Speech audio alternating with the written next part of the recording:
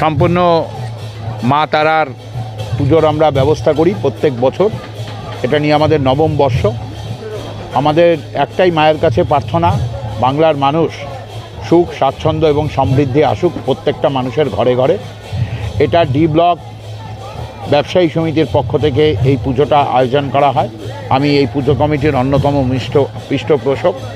9 বছর ধরেই আমি আমার পৃষ্ঠপোষকতায় এই পুজো হচ্ছে।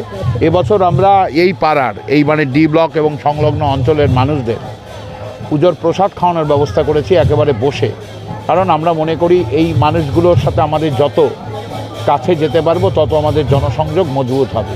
মা তারার কাছে আমি রাজ্যবাসীর কাছে একটাই চাইছি যে মা আর আল্লাহ এই বাংলায় যেন এক থাকে, তাদের যেন ঐক্যবদ্ধ থাকে, এই প্রীতিবন্ধনটা যেন ভাঙন না ধরে কোনো সময়।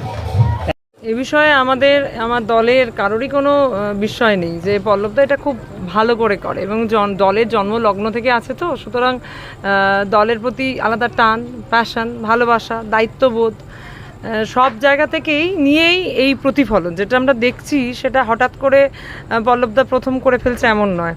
আমি যতদিন দেখছি 2009 সাল থেকে তৃণমূল কংগ্রেসে আমার সরাসরিভাবে যুক্ত আমি শুরু করেছি।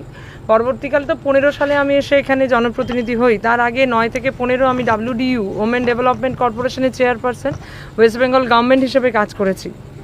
পল্লবদাকে সরাসরি জানতাম না, কিন্তু পল্লবদা কর্মকাণ্ড যে এই ধরনের সংগঠন করে এবং দারুণ সুন্দরভাবে অনুষ্ঠান আয়োজন করে এটা শুনে এসেছিলাম। পরে যখন 2015-তে দল আমায় প্রার্থী হিসেবে এখানে ঠিক করেন, আমি আসি। সেইখানে আমার যাত্রাপথে আমার সেই জার্নি 109 নম্বরে, এবং তারপর 15 থেকে আজ 2024 প্রায় 9টা বছর পল্লবদা সবসময় পাশে ছিল।